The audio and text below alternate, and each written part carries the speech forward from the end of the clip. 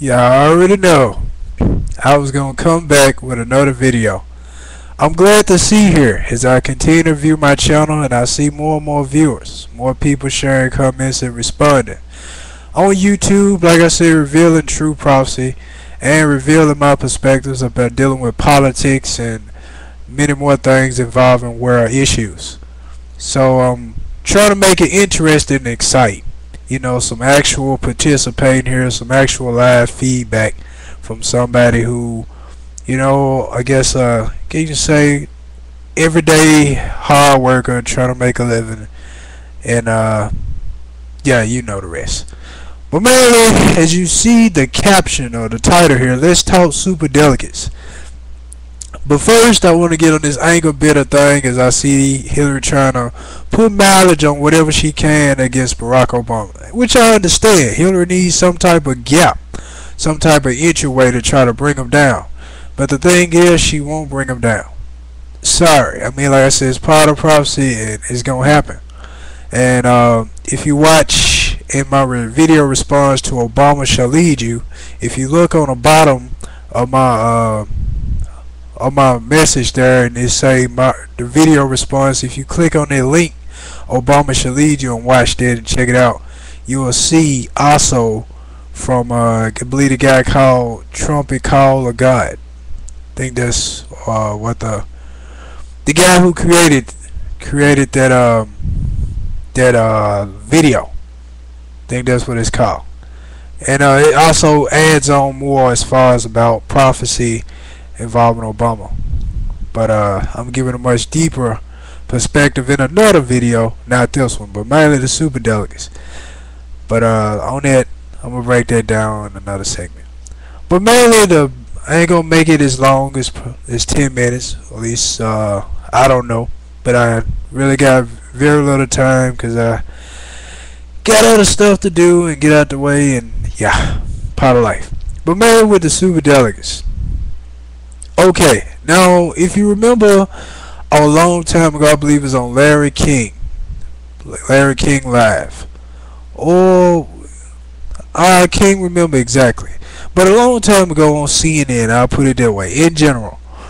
A long time ago on CNN, they brought up the fact about Michelle Obama. Exactly, they did several interviews with Michelle Obama, and Michelle was like, hey, you know what, we ain't doing this again. I remember Michelle emphasizing and making that fact, hey, if Obama don't win the presidency, we not doing this over again. It's taken away from family time. Obama gone all the time. It's kind of breaking up the family with these campaigns going on. So Michelle emphasized thoroughly, we're not doing this again if he don't make the president. If he don't win the general election.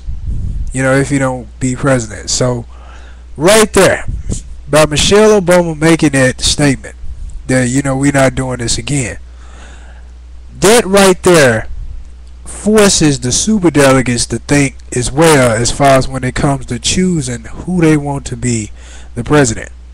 One is Michelle Obama. That statement she made, and she meant it. Not going to do this again.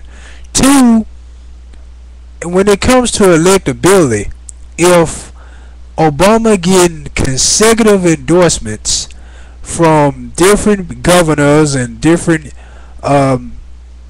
all types of different founders and sponsors and so forth, consecutive back-to-back endorsements, if that is not proof that he's electable, he's got youth from teenagers to middle 20s that normally be out clubbing out in the streets, partying, not thinking about politics, not thinking about trying to vote, actually to take the time out, to sacrifice time out in their lives to go to a voting booth to vote and actually become involved in choosing the next president, actually become involved in politics. If that is not electability, he shifted the minds of a lot of teens in middle-age 20s, in the middle 20s, as myself, into politics. Now, as far as me in particular, I've been in this stuff, but yeah. So that's electability right there. Number two. Number three is the fact he has good judgment. I mean, apparently he talking about opposing the war from the beginning.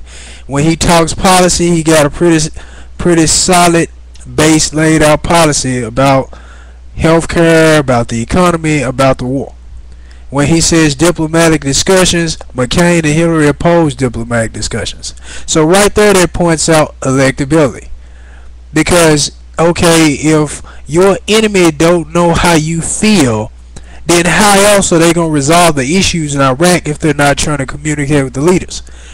It's like the enemy don't know if you still mad at them or vice versa. So unless they come to some type of mutual agreement where they're on the same path here, on the same pace, in talking and negotiating with one another, it's going to continue to escalate and get a lot worse. So when Obama's saying go sit and talk with our enemies, yeah, that makes a lot of sense. Because like I said, neither one know what the other is thinking. America don't know what Iraq and Iran is thinking, or mainly particularly Iran, and Iran don't know what America is thinking. So this silence, not knowing what each other thinking, is only causing to escalate and more plotting and scheming. So that right there is electability. So it's a whole lot when it comes to his electability.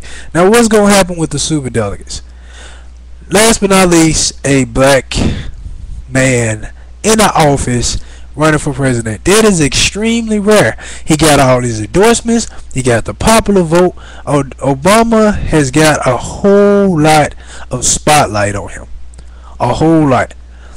There has not ever been in time's history, of course this is historical history in the making, where a black man in office or running for the presidential seat has got this much spotlight.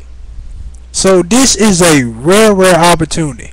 So because of that, that's going to cause the superdelegates to think, and because of what Michelle Obama said, that's going to cause them to think. So when it comes to them making that decision on who they want to be the candidate, the GOP convention, when it comes to that, that's really going to weigh heavily on the superdelegates' head. They're like, if we don't vote Obama in, we'll never get a chance like this for, ain't no telling how long, for another decade or so. So that's why the superdelegates are really high in favor of Obama, because they know if they don't do it now, they ain't going to ever be able to see it again. And not only if they choose Hillary, but a whole lot of the youth that participated is going to be a riot, a bunch of chaos on that end, a bunch of chaos on all the people that endorsed Obama and was for Obama within the Democratic Party. It's going to be a huge fight within the Democratic Party for that particular reason, with the superdelegates choosing Hillary. Because Obama has the popular vote. Obama is the one that's pumping a lot of energy in this country.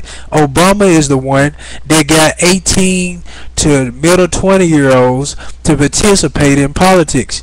Obama is the one drawing a new crowd and a new audience to get in a voting booth and vote. He the one is responsible for that. He the one brought out this new energy and these new people, voters. So that right there is what's going to weigh heavily on the superdelegates' head. If we don't pick Obama now, we ain't gonna never, in another decade or so, probably have this opportunity again. So it's so much weighing on the superdelegates' head if they don't pick Obama. It's so much. So that right there, I wanted to share the broader perspective about Let's Talk Superdelegates, and that's what's on their head. All those things I just named. So he got a lot of electability. He shifted the mentality of the youth, causing them to participate in politics, and it is quite rare that they had this opportunity again. And last but not least, if they want to see a true change, a absolute true change, they know Obama is that true change. He calls it a new chapter in history. I call it a different complexion of politics, because that's exactly what it is. And not just complexion of skin, complexion of perspective, complexion of mentality. So wanted to share that with you, and peace be unto you, and hope y'all enjoy each segment, and Christ for life.